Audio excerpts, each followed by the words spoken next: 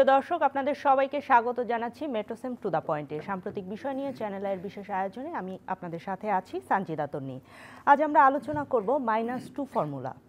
বাংলাদেশের রাজনীতিতে এই থিওরিটা বেশ আলোচিত। শেখ হাসিনা বাংলাদেশে নেই এবং খালেদা জিয়া চিকিৎসার জন্য দেশের বাইরে গিয়েছেন, লন্ডনে গিয়েছেন। এই পরিপ্রেক্ষিতে অনেকেই বলছেন যে বাংলাদেশে কি -2 ফর্মুলা কার্যকর হবে। এ নিয়ে আলোচনার জন্য আজ স্টুডিওতে রয়েছেন আতাউর রহমান ঢালী, বিএনপি চেয়ারপারসনের উপদেষ্টা, আছেন রুহিন হোসেন প্রিন্স, সাধারণ সম্পাদক, বাংলাদেশের কমিউনিস্ট পার্টি। দুজনকেই শুভেচ্ছা এবং স্বাগত জানাচ্ছি। এবং বিএনপির পক্ষ থেকে যেহেতু আতাউর রহমান ঢালী আপনি রয়েছেন, আপনার কাছেই জানতে চাই, আমরা দীর্ঘদিন পরে দেখলাম, প্রায় 7.5 বছর পরে খালেদা জিয়া দেশের বাইরে গিয়েছেন এবং তারেক রহমান এবং খালেদা জিয়া সেই এয়ারপোর্টে একটা আবেগঘন মুহূর্ত, আপনাদের বহুদিনের কাঙ্ক্ষিত। প্রথমে জানতে চাই যে আপনাদের পক্ষ থেকে অনুভূতি কি আপনাদের? দেখুন,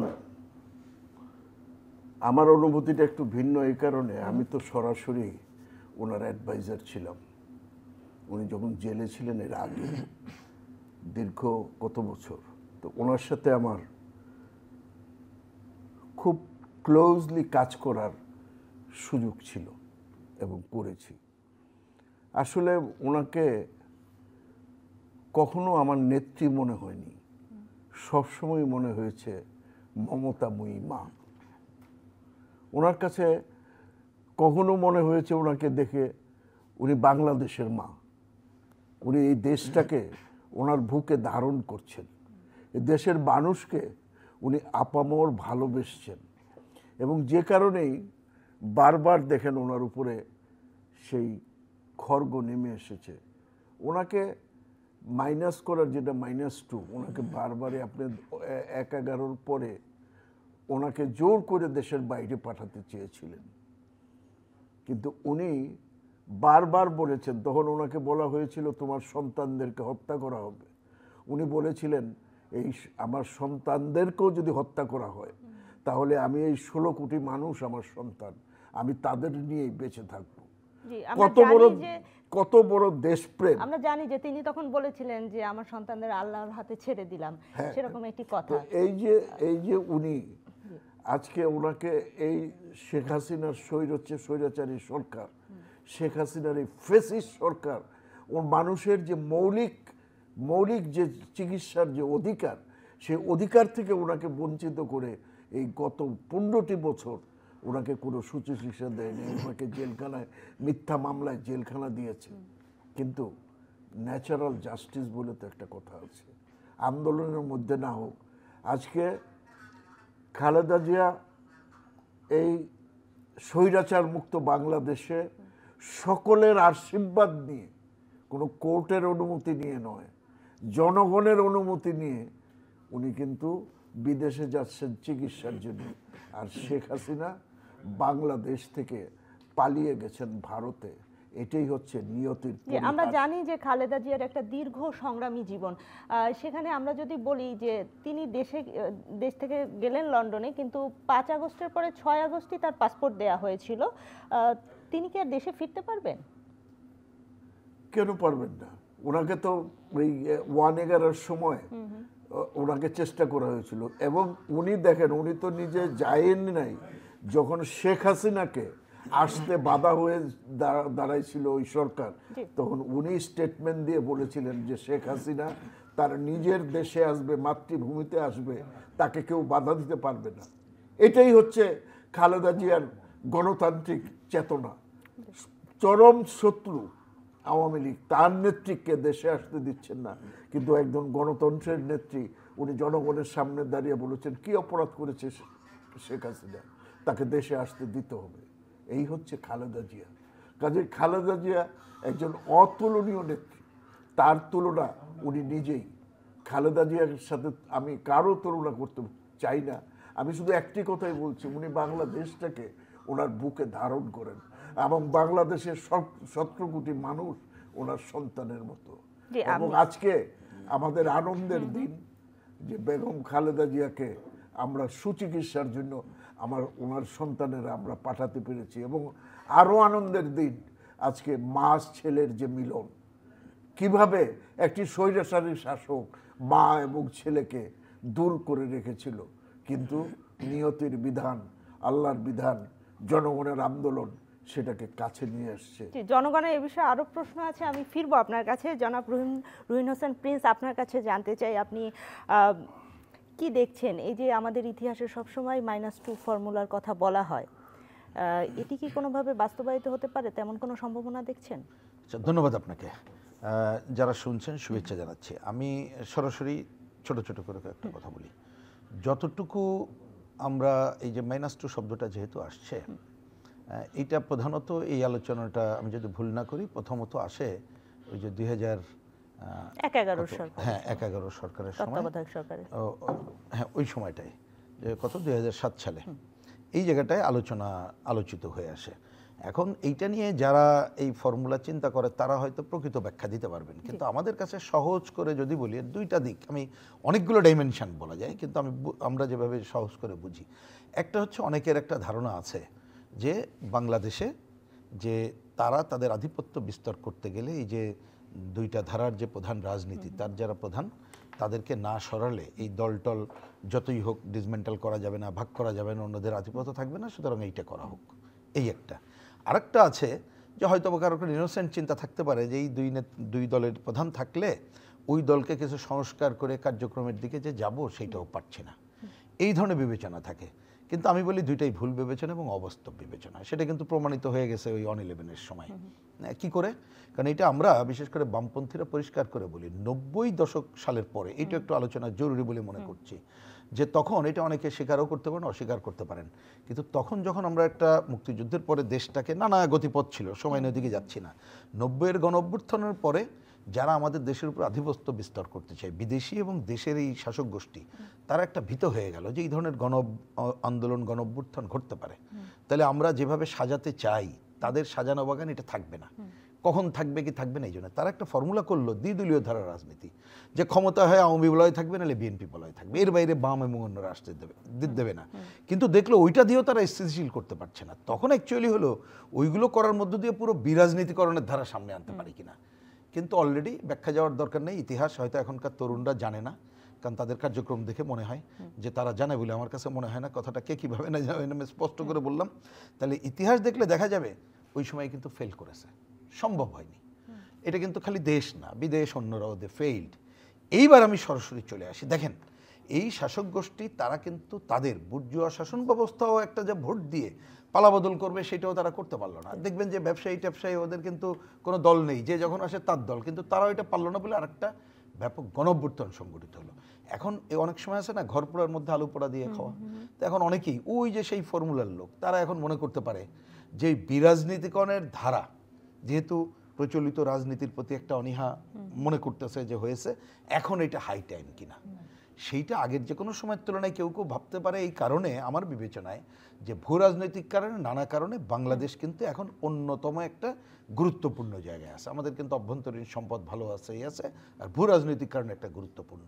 সুতরাং তারা তাদের নিজস্ব তাবেদারি গোষ্ঠী যদি ক্ষমতায় রাখতে পারে বা বিরোধী দলও থাকে তাহলে তাদের জন্য সুবিধাজনক। কিন্তু মনে রাখতে হবে যদি নির্বাচিত সরকার এবং সে ধরেন আমি মানি না মানি, মানুষ যাকে পছন্দ করে, এই ধরনের যদি সরকার থাকে তাহলে কিন্তু অত তাড়াতাড়ি তাবেদারি করা সম্ভব হবে না। এই কারণে এখনো কেউ কেউ ভাবতে পারে, কিন্তু আমার পরিষ্কার বুঝ এটা হয়েছে যে এইবারের এই গণ-অভ্যুত্থানের পরে এই ভাবনাটা কাদের মধ্যে আছে, ওই আমি শুরুতেই বলেছি যে প্রথমে যাদের ছিল, যে যারা আমাদের দেশি বিদেশি যারা স্বার্থন্যাসী প্রধান মহল, যারা মনে করে যে তারা তাদের একটা এই দুর্নীতি লুটপাট অব্যাহত রেখে একটা সাজানো বাগান রাখবে, এইখানে জনগণের হস্তক্ষেপ হবে না, গণ আন্দোলন গণ-অভ্যুত্থান গড়ে উঠবে না, বিরাজনীতিকরণটা প্রধান ওই গোষ্ঠী। কিন্তু তারা ওই সময় ফেল করেছে, কিন্তু ফেল করলেও আমি বলি যে এখনো নানা ধরনের চেষ্টা থাকতে পারে। এখন -2 না হোক, বিরাজনীতিকরণের ধারা আছে। কারণ তারা হয়তো মনে করছে কেউ এটা ইনোসেন্টলি, মানে তাদের ভাবনা, আমি অঙ্কের ইনোসেন্টলি বলছি যে একজন তো নাই, সুতরাং আরেকজন চলে গেল, কিন্তু এটা খুবই ভুল বিবেচনা। কারণ মনে রাখতে হবে এই সবার কিন্তু একটা পলিটিক্স আছে, তার কিন্তু একটা রাজনীতির সমর্থক বাহিনী আছে। সুতরাং আর যেহেতু বিকল্প রাজনীতিক একটা বড় সমর্থন বাহিনী গড়ে ওঠে নাই, সুতরাং আমরা তো নাকচ করতে পারিনি। সুতরাং ওই বিবেচনা কেউ করলে ভুল করবে। কিন্তু যেটা জারি আছে বলে আমি মনে করি সেই জারি হচ্ছে বিরাজনীতিকরণের ধারা শক্তিশালী। আমি আপনার কাছে ফিরবো যে বড় একটি রাজনৈতিক শক্তি গড়ে ওঠার কোনো সম্ভাবনা আছে কিনা এই মুহূর্তে বাংলাদেশে, এটি নিয়ে আমি ফিরবো। জনাব ঢালী, আপনার কাছে জানতে চাই, এই যে বিরাজনীতিকরণের ধারার কথা বললো, আপনি কি মনে করেন যে এই খালেদা জিয়ার বিদেশ চলে যাওয়া এটি বা বিএনপি কোনোভাবে সংকটে পড়তে পারে? দেখুন, খালেদা জিয়া তো ভার্চুয়ালি পুরো আওয়ামী লীগ আমলটাই জেলে ছিল। তাতে কি তারেক রহমানের মতো নেতা দেশের বাইরে ছিল? তো বিএনপির এই কর্মী বাহিনী তো বিএনপির শক্তি। তো এই 16 বছর বিএনপির কর্মীরা কিন্তু রাজপথে ছিল, আন্দোলন সংগ্রামে ছিল। আমাদের ভিতরে তো কোনো সংকট ছিল না। তারেক রহমানের নেতৃত্বে বিএনপি প্রতিটি ধাপে উত্তরণ ঘটাইছে, প্রতিটি ধাপে। কি জাতীয় বিএনপি প্রতিটি ধাপে উত্তরণ ঘটিয়েছে। বাংলাদেশের যদি দুটি বড় রাজনৈতিক দলের কথা বলি, আওয়ামী লীগ এবং বিএনপি, আওয়ামী লীগ এই মুহূর্তে নেই, তাদেরকে কোথাও খুঁজে পাওয়া যাচ্ছে না। এবং বিএনপির খালেদা জিয়া তিনি দেশের বাইরে, তারেক রহমান তিনি দেশের বাইরে। দেশে এক ধরনের বিষয় নিয়ে কথা হচ্ছে, এই যে বাংলাদেশের পতাকা নিয়ে কথা হচ্ছে, বাংলাদেশের মুক্তিযুদ্ধ নিয়ে কথা হচ্ছে, কিংবা কখনো কখনো আমরা দেখি যে 30 লক্ষ শহীদ না 3 লক্ষ শহীদ, এ নিয়েও কথা হচ্ছে। এই বিষয়গুলোকে আপনি কিভাবে দেখেন? আসলে একটা গোষ্ঠী বাংলাদেশের সবসময় বাংলাদেশের যে মহান অর্জন মুক্তিযুদ্ধকে নিয়ে বিতর্কিত করার একটা প্রচেষ্টা, একটা গোষ্ঠী, এটা স্বাধীনতার পর থেকেই শুরু হয়েছে। এটা this is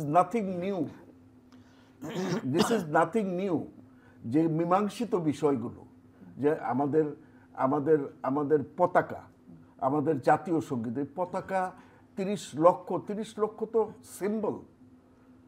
symbol of the martyrs. এটার নাম্বার কেউ গণতে যায়নি আমরা। ইট ওয়াজ এ, বঙ্গবন্ধু বলছে 3 মিলিয়ন, বিকজ এটাই হয়ে গেছে। বিশ্বের কোন দেশে স্বাধীনতা কিংবা সার্বভৌমত্ব নিয়ে এত কথা হয় কিনা আমার জানা নেই। না, হয়েছে বাংলাদেশ এই উপমহাদেশে সবসময় হয়। যেমন জাতির পিতা নিয়ে পাকিস্তানে কোনো বিতর্ক নেই, ওদের জিন্না। ইন্ডিয়াতে করমচাঁদ গান্ধীকে নিয়ে কোনো বিতর্ক নেই, কিন্তু আমাদের এখানে অহেতুক বিতর্ক করে। আমাদের বঙ্গবন্ধু আমাদের এই জাতির, মানে এই জাতি গঠনের অন্যতম কর্ণধার, এটাকে স্বীকার করতেই হবে। এবং তারপরে যদি যার কথা স্বীকার করতে হয় সেটা জিয়াউর রহমান, এটাকে স্বীকার করতেই হবে। এটাকে যারা আওয়ামী লীগ এতদিন এটাকে অস্বীকার করেছে বলেই এই স্বাধীনতা নিয়ে বিভিন্ন রকমের দ্বন্দ্বের প্রশ্নগুলো, যদি এটা স্বীকার করে নিত, যেমন জিয়াউর রহমান স্বীকার করেছে, I major Zia in the name of Bangabandhu Sheikh Mujibur Rahman hereby declare the independence of Bangladesh, উনি স্বীকার করে নিয়েছেন। কিন্তু যখন জিয়াউর রহমানকে নিয়ে যে একজন সাধারণ অকাট্য মেজর ঘোষণা দিলেন, তারা পলিটিক্সটা বুঝতেই আওয়ামী লীগ ব্যর্থ হয়েছে। একটা রাজনৈতিক আন্দোলনের দুইটা পার্ট থাকে, একটা হচ্ছে এর রাজনৈতিক অংশ, আরেকটা হচ্ছে এর সামরিক অংশ। 25শে মার্চে কিন্তু এই রাজনৈতিক অংশের সমাপ্তি ঘটে। যখন ক্র্যাকডাউন হয়ে যায়, আর্মি যখন ক্র্যাকডাউন করে, তখন আইসা দাঁড়ায় সামরিক প্রশ্ন। মানুষ দিশেহারা, যখন একজন সামরিক বাহিনীর মেজর দাঁড়ায়া বলল, I hereby declare the independence of Bangladesh, মানুষ সব ঐক্যবদ্ধ হয়ে গেল। অর্থাৎ পলিটিক্যাল অ্যাসপেক্ট অ্যান্ড সামরিক অ্যাসপেক্ট যখন দুই জায়গায় হলো, মানুষ বুঝে নিল আজকের থেকে দেশ স্বাধীন। এই দুইটা জিনিস। আরেকটা দেখেন, ঠিক 7ই নভেম্বরে যখন পলিটিক্যাল অ্যাসপেক্ট শেষ হয়ে গেল, যখন জিয়াউর রহমানকে সবাই সামনে নিয়ে আসলো সামরিক অ্যাসপেক্ট, তখন আরেকটা নতুন পরিবর্তন দেশে ঘটলো। কাজে এই জিনিসগুলো যদি বুঝতে আমরা, আওয়ামী লীগ এই জিনিসগুলো বুঝতে ব্যত্যয় ঘটিয়েছে বলেই বাংলাদেশের স্বাধীনতা সংগ্রাম, বাংলাদেশের স্বাধীনতার প্রশ্নগুলো চেষ্টা করে যে এগুলো তো ইতিহাসের মীমাংসিত বিষয়, এই মীমাংসিত বিষয়গুলো আবার লিখতে চেষ্টা করে, তারা আসলে কতটা শক্তিশালী আপনারা কি মনে করেন? বিএনপির জন্য হুমকি এগুলো কোনো বিএনপি দেখেন সব ব্যাপারেই কিন্তু খুব পজিটিভ বিএনপি এই পর্যন্ত। এবং বিএনপি যে তারেক রহমান যে কত বড় রাষ্ট্রনায়ক আপনি দেখেন, এত বিএনপির উপরে, বিএনপির সামনে নির্বাচন হলে জয়লাভ করবে এটা নিশ্চিত, কিন্তু তারপরও বিএনপি তারেক রহমানের নেতৃত্বে তাড়াহুড়া করছে না। এটার অর্থ বিএনপির দুর্বলতা নয়।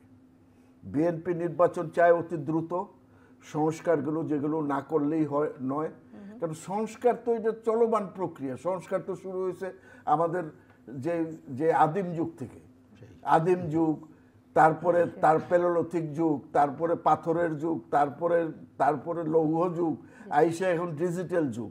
তো এই হাজার হাজার বছর ধরে তো সংস্কার চলতেছে। এটা একটা চলমান প্রক্রিয়া। যারা বলে যে সংস্কার শেষ করব, ওরা বোকার স্বর্গে বাস করছে। সংস্কার কি শেষ করার জিনিস? সংস্কার একটা গেলে আরেকটা আসবে।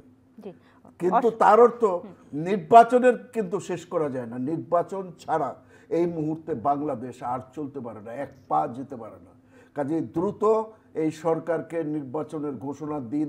ইউনূস সাহেব সব বোঝেন, খালি একটা জিনিসই বোঝেন না, যে কবে নির্বাচন দেওয়া যাবে উনি এইটা বোঝেন না, আর বাকি সব বোঝেন। তা আমি ওনাকে আহ্বান জানাবো, আপনার সম্মান থাকতে থাকতে তাড়াতাড়ি নির্বাচনের ঘোষণা, নির্বাচনের তারিখ জানান। কিন্তু বিএনপির কর্মীরা কিন্তু তাতায় আছে। বিএনপিকে যদি আবার রাজপথে নামতে হয় তাহলে একজনের পিঠও বাঁচবে না। এই যারা এখন বড় বড় কথা বলে, 2 দিন আন্দোলন করেই মনে করে আমরা মহান কিছু হয়ে গেছি। আমরা যারা ওই প্রিন্স আছে, আমরা আছি, আমরা আজকে 50-60 বছর যাবত রাজপথে ছাত্র আন্দোলন করে এই জায়গায় এসছি। তোমরা কেউ ছাত্র আন্দোলন করে আসো নাই, কোটা আন্দোলন করে আসছো। কথা বলবা খুব সাবধানে বলবা, কথা বলবা খুব হুঁশিয়ার হয়ে বলবা, কথা বলবা আমাদের মতো লোকদেরকে সম্মান দিয়ে কথা বলবা। কারণ আমরা এদেশের ছাত্র রাজনীতির আমরা জন্মদাতা। অসংখ্য ধন্যবাদ। আমি ফিরবো আপনার কাছে যদি সময় থাকে। জনাব রুহিন হোসেন প্রিন্স, আপনার কাছে জানতে চাই, আমরা যদি একেবারে বিএনপি এবং আওয়ামী লীগের কথা বাদও দেই, এই মুহূর্তে বাংলাদেশে একটা রাজনৈতিক শক্তি আমি বলবো বৈষম্যবিরোধী ছাত্র আন্দোলন। এরা সরকারের মধ্যেও আছে, সরকারের সঙ্গে মিলেমিশেই কাজ করছে। হ্যাঁ, এরা কি একটা বড় রাজনৈতিক শক্তি হিসাবে আবির্ভূত হতে পারে কিনা? পাশাপাশি আমরা জামাতি ইসলামীদের দেখছি, বিভিন্ন ইসলামিক সংগঠনগুলোকে দেখছি, সব মিলিয়ে কি দেখছেন রাজনৈতিক পরিস্থিতি? আচ্ছা, হ্যাঁ, আমি এইটা বলার আগে আপনি এর আগে যাওয়ার আগে একটা প্রশ্ন করেছিলেন যে এই যে বিকল্প জায়গাটা, এখন আমি ওই জায়গায় আসছি ছোট ছোট করে। আসলেই ধরেন আমরা যে ক্ষমতার দীর্ঘদিন দেখছি, হয়তো রাজনীতির স্থিতিশীলতা ছিল না, কিন্তু ক্ষমতায় তো সব দলই ছিল। আজকে জামাত ইসলামের নাম বলছেন, জামাত ইসলাম তো ক্ষমতায় ছিল, মুক্তিযুদ্ধের সময়। প্রথমে চিন্তা করেন, মুক্তিযুদ্ধের সময় তারা মন্ত্রিসভায় ছিল না? তারা হত্যাকাণ্ড সংগঠিত করেছে না? এমনকি বিএনপির সময় যখন ছিল, তাদের মন্ত্রী যে মন্ত্রীর দায়িত্বে ছিল সেই সময় তো আদমরুজি মিল বন্ধ হয়েছে। ওই দায়িত্বপ্রাপ্ত তাদের আন্ডারেই তো 10 টাকা কষ্টের জায়গাগুলো এগুলো হয়েছে। সুতরাং তারাও, যে আমি বলছি পালাক্রমে সবাই ক্ষমতায় থাকা কম বেশি মাপতে পারি, কিন্তু প্রকৃতপক্ষে জনগণের স্বার্থ পূরণ করতে পারেনি, একথা কেউ অস্বীকার করতে পারবে না। এটাই তো। তাইলে একটা বিকল্প শক্তি সমাবেশ দরকার। সেই শক্তি সমাবেশ হবে কিসের? নীতিনিষ্ঠ রাজনীতির উপরে দাঁড়িয়ে। এবার আসি, আপনি যে দলগুলোর কথা বললেন, আমি মুক্তিযুদ্ধের বিরোধিতাকারী যে রাজনৈতিক দল তাদেরকে নিয়ে কথা বলতে চাই না, কারণ এটা জানি তারা তো 71 সালে প্রত্যাখ্যাত হয়ে গেছে। সুতরাং এখন হয়তো নানা কারণে তাদেরকে কেউ পরিকল্পিতভাবে সামনে নিয়ে আসছে। সেটা হচ্ছে, আমি বলবো, বাংলাদেশের উপরে যারা আধিপত্য বিস্তার করতে চায়, যারা বাংলাদেশকে ফেল স্টেট দেখাতে চায়, যারা দেখা যায় বাংলাদেশে এই ধরনের সাম্প্রদায়িক শক্তি ডমিনেট করতেছে, সুতরাং একটা কিছু করো। এর বেশি আপনি জনসমর্থন, মানে ভোটের জনসমর্থন দেখলে এটা পাবেন না। আমাদের দেশের মানুষ, অধিকাংশ মানুষ ধর্মপ্রাণ, কিন্তু তারা ধর্মের নামে রাজনীতি চায় না। এবার আসি অন্য যাদের কথা বললেন। আগে অঙ্কটা একেবারে সরলীকরণ অঙ্ক এখানে বসে করি। উনি আছেন আমাদের সিনিয়র ছাত্র আন্দোলনের নেতা তো বটেই। তারা যে বৈষম্য বিরোধী যখন আন্দোলন করলো, এই আন্দোলন মানে কি? এটা তো প্ল্যাটফর্ম ছিল। সেই প্ল্যাটফর্মে পতিত স্বৈরাচার ছাড়া সব ছাত্র সংগঠন ছিল, পতিত সরকার ছাড়া সব রাজনৈতিক দলের সমর্থন ছিল। তাহলে ওটা তো একটা প্ল্যাটফর্ম, ওটা তো সুনির্দিষ্ট কোনো রাজনৈতিক সংগঠন না, আদর্শ এরকমের জায়গা না। তা যখন আমরা সবাই চলে আসলাম, সব সংগঠন চলে আসছে, অন্যরা চলে আসছে, তাহলে এখন যদি তারা একটা রাজনৈতিক দল করে, তাহলে তো সেইটা তো আর আগেরটা নাই, ছোট একটা জায়গায়। এবং এটা তো পরিষ্কার কথা, সরকারের থেকে কিংস পার্টি নামে রাজনীতি করারও তো অধিকার কিন্তু কারণ নাই। কারণ ওইখানে যারা গেছে তারা কিন্তু সমস্ত জায়গা থেকে পদত্যাগ করে চলে গেছে। এবং সেইটার উপরে দাঁড়ায় কেউ যদি করতে চাই করুক, কিন্তু আমি একজন ছোট্টভাবে খুব ঠান্ডা মাথায় বলি, কারণ ডালি ভাই তো একটু অন্যভাবে বলেছেন, কারণ সিনিয়র, ওনারা লড়াই অন্যতম লড়াইয়ের লোক উনিও। তাহলে একটা রাজনৈতিক দল করতে হলে ভাই আগে তো তার লক্ষ্য কি, আদর্শ কি, ওই বিবেচনা করতে হবে। ইতিমধ্যে দেখলাম মানা এ দল থেকে ভাগানো, ও দল থেকে ভাগানো, তাদের অনেকে আছেন হয়তো একাধিক দল করেছেন, আমি সেটা নিয়ে কোশ্চেন করছি না, আমি খালি রাজনীতি বোঝার জন্য বলছি, কোনো ব্যক্তি আমার কাছে ফ্যাক্টর না। তাহলে তারা আগে ঠিক করুক তারা কি রাজনীতি করবে এবং কি রাজনীতি করে আগাতে চাই, জনগণ ডিসাইড করবে। কিন্তু আমার ছোট্ট অঙ্ক, আমি এই গত 5 মাসে গণ অভ্যুত্থানের পরে যে ভূমিকা দেখছি, তাতে কোনো রাজনৈতিক শক্তি হিসাবে আবির্ভূত হওয়ার কোনো সম্ভাবনা আছে কিনা আমার মনে হয় যারা এইসব নিয়ে গবেষণা করে এর উত্তরে একটা বড় শক্তি হবে ইয়েস যদি কেউ বলে, তার সাথে বরঞ্চ আলোচনা করে আমরা বুঝতে চাইতে পারি যে রাজনীতির নতুন অঙ্কর তৈরি হলো কিনা। সেরকম সম্ভাবনা আমি দেখি না, কিন্তু সম্ভাবনা যেটা দেখি সেটা হচ্ছে এটা পজিটিভ জায়গায় আসতে হবে যে একটা গণঅভ্যুত্থানের মধ্য দিয়ে আমরা যারা রাজনীতি করি আমাদের মধ্যেও কিন্তু নানা ধরনের চিন্তা চেতনার উদয় ঘটেছে। আমাদের দলের মধ্যে গণতন্ত্রায়ন, জনগণের পক্ষে আরও কাজ করা, আমরা যে অর্থনৈতিক ধারা বিলিভ করি না কেন তাতে হয়তো সব সমাধান করতে পারবো না, কিন্তু একটা কল্যাণকর রাষ্ট্রের পক্ষে কোনো ভূমিকা পালন করতে পারি কিনা, দুর্নীতি লুটপাটের জায়গায় কত টান ধরতে পারি, এই কাজগুলো করতে হবে। আরেকটা হচ্ছে যে এর মধ্য দিয়ে যদি আমরা একটা নীতিনিষ্ঠ শক্তি, একটা বড় শক্তি হিসাবে সামনে আসতে পারে, তাহলে দেখবেন এখন যারা বড় শক্তি আছে তারাও পাওয়ার ব্যালেন্স এবং নানা বিবেচনায় তারাও কিন্তু অনেক ক্ষেত্রে আগের জায়গার মতো না থেকে হয়তোবা একটু হইলো অন্য পথে হাঁটতে পারে। এবং একটা পলিটিক্যাল জায়গায় আমি এটাই শেষ কথা, যে তাইলে এখন দরকার হচ্ছে কি রাজনীতিতে একটা নীতিনিষ্ঠ রাজনৈতিক শক্তির জরুরিভাবে উত্থান। সেইটা হ্যাঁ যদি আমরা ফিল করি তাহলে ওই রকম নীতি নিয়ে যদি কেউ করে আমি তো আপত্তি করব না, আমি তো ওয়েলকাম করব। ধরেন যে তরুণ সমাজ তারা যে এবার রাজপথে নেমেছিল, যদি তারা সুনির্দিষ্ট লক্ষ্য উদ্দেশ্য নিয়ে করে আপত্তি নেই, কিন্তু কেউ যদি, আমি একটু প্রভক্ত এটা বলছি, আপনি আগে ঢালি ভাইকে জিজ্ঞেস করছিলেন, কেউ যদি কোনো বিশেষ উদ্দেশ্য সাধনের জন্যে মুক্তিযুদ্ধকে নিয়ে কোশ্চেন করে এবং বাংলাদেশকে মুক্তিযুদ্ধের বিপরীতে দাঁড় করাইতে চাই, তাদেরকে বলবো ভাই মুক্তিযুদ্ধের পরে কিন্তু পূর্ব পাকিস্তান পুনরুদ্ধার কমিটি হয়েছিল। আজকে জামাত ইসলামের এক নেতা দেখলাম বলল সেনাবাহিনী আর তারা ছাড়া নাকি কেউ দেশপ্রেমিক নাই। তারা কি করে দেশপ্রেমিক হলো? এই কথা তো গোলাম আজম 71 সালের সেপ্টেম্বরে বলেছিল, তাদের নেতা এখনই।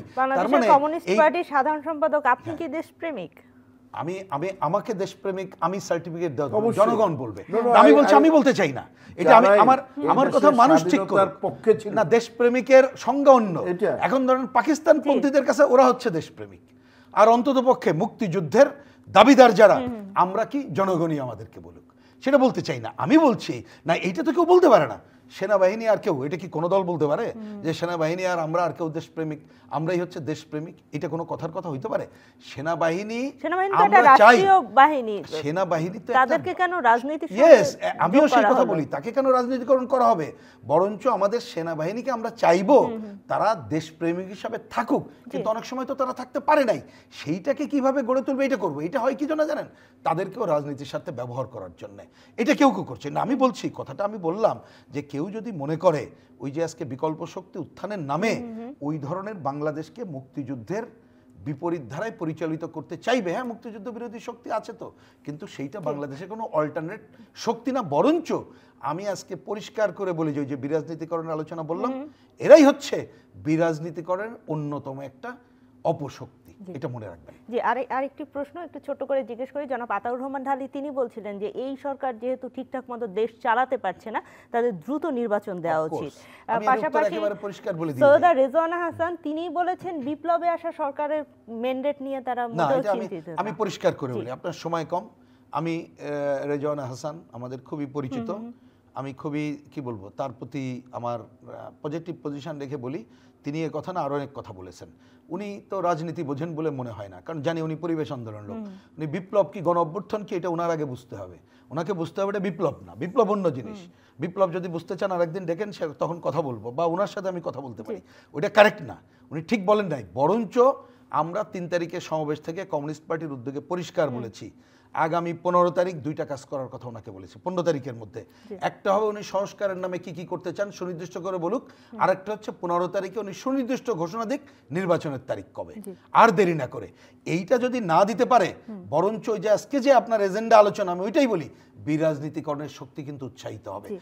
ওনাদের মধ্যে অনেকে ভালো মানুষ আছে এই অন্তর্বর্তীকালীন সরকার। গতকাল আমার একজন সিনিয়র উপদেষ্টার সাথে একটা অনানুষ্ঠানিক একটা জায়গায় দেখা হলো, কথা হয়েছে, আমি থ্যাঙ্কস টু ওনাদের দেখলাম খুব সৎচিন্তা অনেকের আছে, কিন্তু কেন মিলাইতে পারছেন না জানি না, হয়তো রাজনীতি ওইরকম করেন না, কিন্তু বলবো ওনাদের অনেকের সৎচিন্তা কিন্তু ব্যাহত হবে যদি সুনির্দিষ্ট নির্বাচনের তারিখ একটা ঘোষণা না করতে যদি করতে দেরি করে।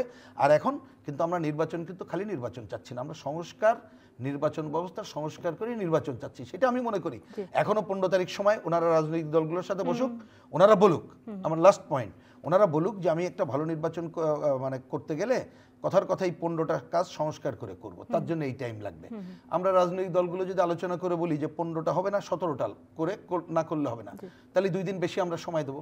আর যদি দেখি 17টার দরকার নেই, 12টা করলে হবে, আগায় যদি নিয়ে আসতে হয় তাহলে নিয়ে আসবো, আমি কোনো সংকট দেখি না, যদি আমাদের লক্ষ্য উদ্দেশ্য পরিষ্কার থাকে।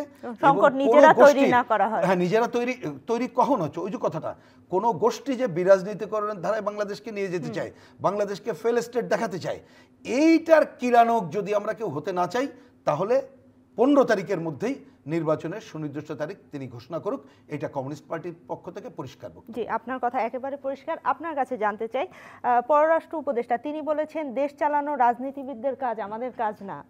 যাদের কাজ আজ বলেছেন উনি কেন গেছেন না, সেটা তো একটা বিশেষ পরিস্থিতি ছিল নিশ্চয়ই। অবান্তর কোশ্চেন করেন।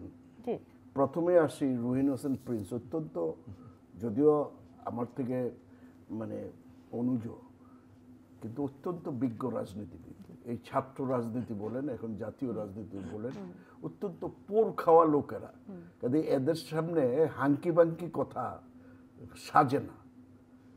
আজকে যদি তৌহিদ সাহেব বলে থাকেন, তো ওনারা কিসের ফসল? ওনারা যে ক্ষমতায় আসলেন, এটা কি রাজনৈতিক আন্দোলনের ফসল হিসাবে আসছেন, নাকি টেবিলে বসে আসছেন? ওনারা কিন্তু টেবিলে বসে আলোচনা কইরা ওনারা এখানে বসে নেই। বাংলাদেশ একমাত্র রাষ্ট্র এই দক্ষিণ পূর্ব এশিয়ায় যেটা টেবিলে বসে তার স্বাধীনতা নেয়নি, যুদ্ধ করে স্বাধীনতা নিচ্ছে। ঠিক আমরাও একটা যুদ্ধ করে একটা অভ্যুত্থান, একটা বিশাল গণ অভ্যুত্থানের মধ্য দিয়ে একটি সরকার দিয়েছি। সেই সরকার কোনো অবস্থাতেই অরাজনৈতিক সরকার হতে পারে না। যারা এটা বলেন তারা বিভ্রান্তিতে আছেন এবং সমগ্র জাতিকে তারা বিভ্রান্ত করার প্রচেষ্টায় আছেন। এবং এই সম্পর্কে আমি হুঁশিয়ার করে দিই, পররাষ্ট্র উপদেষ্টাকে হুঁশিয়ার করে দেই, এই ধরনের বিভ্রান্তিকর বক্তব্য যাতে উনি আর না ধরেন। আর যদি এই ধরনের, ওনাকে আমি আহ্বান জানাই, আমার সাথে আসেন, আপনি এসে বিতর্ক করেন, আপনি কোন ধরনের সরকার। আসলে এই সরকারের সমস্যাটা কিন্তু এই জায়গায়। ডক্টর ইউনূস সাহেবও একই কথা বলেছেন যে আমরা একটা অভ্যুত্থানের পরে যে সরকার আসছে, তারা কতগুলি রাজনৈতিক কমিটমেন্ট নিয়ে আসছে। তারা সংস্কার যেগুলো করবে এগুলো কি অরাজনৈতিক? তারা নির্বাচন যে করবে এটা কি অরাজনৈতিক? তাহলে তোমরা ছেড়ে চলে যাও। এই যে অরাজনৈতিক লোকগুলি এসেই দেশটাকে সমস্যা দিচ্ছে। কারণ যারা অনেক উপদেষ্টা আছে, যারা এই 16 বছরে এই আন্দোলনের পক্ষে একটা শব্দ বলে নাই, অথচ ভাগ্যের নির্মম পরিহাস, আমরা ক্ষমতায় নাই, ওনারা ক্ষমতায় আছে, ওনারা কোনো কিছু না কইরা আমরা জেল, জুলুম, গুম, হত্যা হয়েছি। আমি জেলে গেছি কতবার, এতগুলো মামলা মাথায় নিছি। যে যখন এই অন্তর্বর্তীকালীন সরকার তাহলে তৈরি হলো, তখন আপনারা কোনো ভেটো দিলেন না কেন? আমরা খুব সরল বিশ্বাসে আমরা চাচ্ছি একটা অরাজনৈতিক সরকার 3 মাস 4 মাসের ভিতরে একটা নির্বাচন দিবে, একটা রাজনৈতিক। কিন্তু ওনারা আইসা যে হজবরল পাকাইছে, হ্যাঁ, এখানে কেউ বলে ওই রিজওয়ানা চৌধুরী, রিজওয়ানা কি নাম, রিজওয়ানা হাসান সৈয়দ, জি না, জি, তিনি 53 বছরে আপনারা পারেননি বলে তাদেরকে আসতে হয়েছে। ওনাকে বলি দয়া করে পাণ্ডিত্য বাদ দেন, ওই পরিবেশ নিয়ে থাকেন, দয়া করে পাণ্ডিত্য বাদ দেন। বিপ্লব আর গণ অভ্যুত্থান এক না। একটা বিপ্লব হইলে বিপ্লবের একটা আদর্শ মতাদর্শ থাকে, বিপ্লবের একটা রাজনৈতিক দল থাকে, বিপ্লবের একজন রাজনৈতিক নেতা থাকে। ঠিক গত আন্দোলনে ওইটা বিপ্লব ছিল না, ওইটা সম্মিলিত একটি গণ অভ্যুত্থান ছিল। হ্যাঁ, এটা বিশাল গণ অভ্যুত্থান। কাজেই এটাকে আবার কেউ এটাকে নতুন স্বাধীনতা বলে প্রচার, নো, একটি দেশে 2টা স্বাধীনতা হয় না। বাংলাদেশের রাজনৈতিক হাজার বছরের শ্রেষ্ঠ ঘটনা হচ্ছে বাংলাদেশের মুক্তিযুদ্ধ। এটা নিয়ে ছিনিমিনি খেলা চলবে না। যারা করতে আসেন তাদেরকে আমি হুঁশিয়ার করে দিই, রিজওয়ানা চৌধুরী, আপনারা কথা বলবেন, পররাষ্ট্র উপদেষ্টা কথা বলবেন অত্যন্ত, কারণ আপনাদেরকে জাতির দায়িত্ব দিয়েছে একটি নির্বাচিত সরকারের হাতে ক্ষমতা হস্তান্তর করার। দ্রুত এই কাজটা সম্পন্ন যদি, কারণ আপনারা অনেক জায়গায় ব্যর্থ হয়েছেন, এই দেশে একজন স্বরাষ্ট্র উপদেষ্টা আছে, আপনি কি তুলি বলতে পারেন ওনার পদচারণা কোথায়, তার চেহারাটা মনে করতে পারেন? এদেশে আইন শৃঙ্খলার কেন এই অবস্থা হয়েছে? উনি 15 বছর বিদেশে ছিলেন, হঠাৎ করে একদিন শুনলেন উনি স্বরাষ্ট্র উপদেষ্টা হয়ে গেছে। প্রথম একজনকে দিয়েছিলেন, দিয়ে আরেকজনকে আনছেন, এখন উনি হাবুডুবু খাচ্ছেন, কোনো জায়গায় কোনো উন্নতি করতে পারছেন না, তারপরে উনি পদত্যাগ করেন। আমি আবার প্রশ্নটি শেষ করি, আরেকটা বলি, কোন জায়গায় তারা হাবুডুবু খাচ্ছেন? আপনাদের তো সমুদ্র পাড়ি দেওয়ার অভিজ্ঞতা রয়েছে, সেখানে বিএনপি 3 বার ক্ষমতায় ছিলেন, আমরা তো তাদেরকে দেখে এমন একটি জায়গা, আপনি কি মনে করেন যে নির্বাচন কি সন্নিকটে? এই যে মানুষের যে আন্দোলনের প্রধান কিন্তু ছিল, মানুষ সবচেয়ে ক্ষেপছে, অর্থনৈতিক শোষণ তো আছেই, কিন্তু এই যে তিনটা বার মানুষ ভোট দিতে পারে নাই।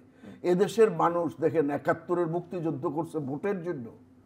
যখন আইয়ুব খান অ্যাডাল্ট ফ্র্যাঞ্চাইজ দিতে চাইলো না, তখন আমরা 70-এর নির্বাচন করলাম, এবং এই 70-এর নির্বাচনই বাংলাদেশের মুক্তিযুদ্ধের কিন্তু প্রধান হাতিয়ার হয়ে দাঁড়াইলো। এদেশের মানুষ কিন্তু সেটা দেখে আসছে, এবং এই যে 3 বার নির্বাচন দেয় নাই, মানুষের ভিতরে জিদ, ক্ষোভ, আকাঙ্ক্ষা যে আমি আমার ভোট দিতে পারিনি, সেই আকাঙ্ক্ষা নিয়ে তোমরা ক্ষমতায় আসছো, জনগণের সেই আকাঙ্ক্ষাকে ধারণ করে তোমরা ক্ষমতায় আসছো।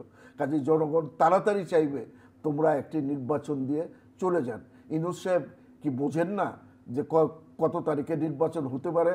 উনি পৃথিবীর এত কিছু হিসাব নিকাশ করে একটা নোবেল পুরস্কার পেয়েছেন, ওনাকে যোগ্য লোক হিসাবেই দিচ্ছেন, তো উনি যে এই জায়গায় এই দিন তারিখটা ঘোষণা করতে অযোগ্য, এটা আমি বলতে চাই না। আমার মনে হয় ওনার সাথে যে পারিষদ সাথে, এই পারিষদ তাকে সঠিক উপদেশ দিচ্ছে না। ওনাকে আমি ওই পারিষদ থেকে বেরিয়ে এসে অত্যন্ত শক্তভাবে রাজনৈতিক দলগুলোর সাথে আলোচনা করুক, আগামী 6 মাসের ভিতরে ইলেকশন করা সম্ভব। আমাদের দায়িত্ব দেখ, 6 মাসের ভিতরে দেশে একটা নির্বাচন দিয়ে দেখাই দেব কিভাবে নির্বাচন হয় দেশে। জি, অসংখ্য ধন্যবাদ জনাব রুহিন হোসেন প্রিন্স। আপনার কাছে জানতে চাই একেবারে শেষ প্রশ্ন, আপনি কি মনে করেন যে নির্বাচন সন্নিকটে? এক ধরনের তো আমরা ডেডলাইন পেয়েছি যে বছরের শেষে কিংবা আগামী বছরের প্রথম থেকেই রাজনৈতিক দলগুলো যেগুলো বলছে যে আমাদের একটা রূপরেখা দরকার, সংস্কারের রূপরেখা দরকার, নির্বাচনের একটি নির্দিষ্ট তারিখ দরকার, সেটি কিন্তু কোনোভাবেই পাওয়া যাচ্ছে না। সবকিছু মিলে কি মনে করছেন? আমি 3টা ছোট ছোট কথা, সময় কম। 1 নম্বর হচ্ছে, বুঝেন যে আমাদের একটা বিশাল সংকট, এটা না পৃথিবীর এক এক দেশে এক এক রকমের। এই সংকটে আপনি কাল পরশু পুরো সমাধান পাবেন না। তাহলে একটা জরুরি স্লোগান আমি মনে করি, সংকটের আশু সমাধানের দরকার নির্বাচিত সরকার। এইটাই ঠিক এই মুহূর্তের প্রধান দাবি হওয়া উচিত, সংকটের আশু সমস্যা সমাধানে। তার মানে এইটা আমি মনে করি যে ঐক্যমত্য যদি তারা না হয়, আমি পরে আসছি কথা, তাহলে এইটা দরকার, তার মানে নির্বাচনের কথা বলতে হবে। এবং আমি ঢালী ভাইয়ের সাথে সম্পূর্ণ একমত, 6 মাস ইজ যথেষ্ট সময়। এবং আমি এটা খুবই কি বলবো, আমি এখনো ক্ষোভ প্রকাশ করে বললাম না, ভদ্রভাবে বলছি, নির্বাচন কমিশন নির্বাচনের উনি 21 তারিখ থেকে বাড়ি বাড়ি যাবেন। অবশ্য কমিউনিস্ট পার্টি আমরা 21 তারিখ থেকে গণতন্ত্র অভিযাত্রা দেশব্যাপী করব। উনি যাবেন কি ভোটার তালিকা করতে, সেটা অপ্রয়োজনীয় আমাদের কাছে মনে হয়েছে, এটা প্রয়োজন না, এটা কালক্ষেপণের কাছে আমাদের কাছে মনে হয়েছে। আমরা যাব গণতন্ত্রের অভিযাত্রা করতে। তার মানে এই যে একটা নির্বাচনের জায়গায় যাওয়াটা খুব জরুরি। দ্বিতীয় প্রশ্ন, আমি প্রত্যাশা করব ওনারা সেই তারিখটা দ্রুততাই আমাদের দাবি অনুযায়ী দ্রুত ঘোষণা করবে। তৃতীয় বক্তব্য, হ্যাঁ, নির্বাচন বাদ দিয়ে ওনারা কিছু করতে পারবেন না, নির্বাচন ওনাকে দিতে হবে। তবে যদি কালক্ষেপণ দেখি, আমি অনিচ্ছা সত্ত্বেও কথাটা ভুলে যাই, নির্বাচন আন্দোলন করে দাবি আদায় করতে হবে, সেটা আমরা এই আমাদেরই তো সমর্থিত সরকারের কাছে এখনো পর্যন্ত সেটা আমি করতে চাই না, আমরা করতে চাই না। কিন্তু ওনারা যদি আরো কালক্ষেপণ করে, আমি আপনার এজেন্ট মানে আজকে যে আলোচনা আপনি শুরু করছেন ওইটা দিয়েই বলি, আমরা কিন্তু রাজনৈতিক কর্মী হিসাবে ওইটুকু বুঝতে পারি যে বিরাজনীতিকরণের শক্তি সামনে আসতে পারে। সেটা আমার কথা না, আপনি ওনাকে বিএনপির এটা করেছেন, যদি আমি ভুল না করে থাকি বিএনপির নেতা নভেম্বর মাসে এটা বলেছেন, ওনারা তো বিএনপির জেনারেল সেক্রেটারি নভেম্বর মাসে বলেছেন। সো তাহলে এই যে আমরা যে কথা আমরাও তো বললাম আজকে আপনাকে, আমি কিন্তু আপনার এজেন্ডাটাকেই ধরে বলছি, ওনারা যদি কেউ বিরাজনীতিকরণ না চান, তাহলে অনতিবিলম্বে নির্বাচনের সুনির্দিষ্ট তারিখ ঘোষণা করুক, যা যা সংস্কার আমরা সবাই মিলে করব। যদি ওনারা না করেন, তাহলে হয়তোবা আন্দোলন করেই আমাদের এই দাবি আদায় করতে হবে, যেটা এখনো পর্যন্ত আমি আন্দোলন অন্য পয়েন্টে করতে চাই, দ্রব্যমূল্য নিয়ে, দুর্নীতিবাজদের নিয়ে, যারা আমাদের নিহত হয়েছে, আহতদের পুনর্বাসন করার জন্য, বা যদি অপশক্তি দেশি বিদেশি আমাদের উপরে আক্রমণ করে তাদের বিরুদ্ধে সংগ্রাম করতে চাই। আশা করি নির্বাচনের জন্য আমাদের আন্দোলন করতে হবে না, ওনারা সুনির্দিষ্ট তারিখ ঠিক করে সবার সাথে আলোচনা করে সুষ্ঠু নির্বাচনে যে যা যা সংস্কার সেটা করে ওইটা করবেন প্রত্যাশা করি, না হলে আন্দোলন করে হয়তোবা আমাদের এই দাবিও আদায় করতে হবে। অসংখ্য ধন্যবাদ। আরও অনেক বিষয় আলোচনার ছিল, কিন্তু আজকের মতো শেষ করতে হচ্ছে। প্রিয় দর্শক, মেট্রোসেম টু দ্য পয়েন্ট থেকে আজকের মতো বিদায় নিচ্ছি। আমরা যে বিরাজনীতিকরণের কথা বললাম, বাংলাদেশের রাজনৈতিক দলগুলো যেমন সচেতন আছে, জনগণও এখন রাজনৈতিকভাবে অনেক সচেতন, এবং বাংলাদেশের জনগণ কিন্তু রাজনৈতিকভাবে সবসময় সচেতন ছিল। সুতরাং আমরা প্রত্যাশা করি এরকম কিছু হবে না, এবং খালেদা জিয়ার সুস্থতা কামনা করছি আমরা। সবাই ভালো থাকবেন, সবার জন্য অনেক অনেক শুভকামনা।